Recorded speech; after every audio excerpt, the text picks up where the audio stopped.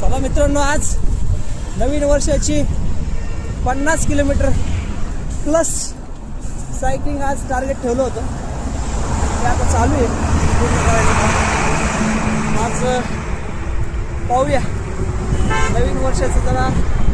आता आम्ही पहिले 25 काहीतरी केलं, नंतर 35 आणि आता 50 प्लस होईल कदाचित. आज नवीन वर्षाचा पहिला दिवस आणि याच अचिव्हमेंट बरोबर आमचा 2026 चालू झालेला आहे. चलो बाय बाय.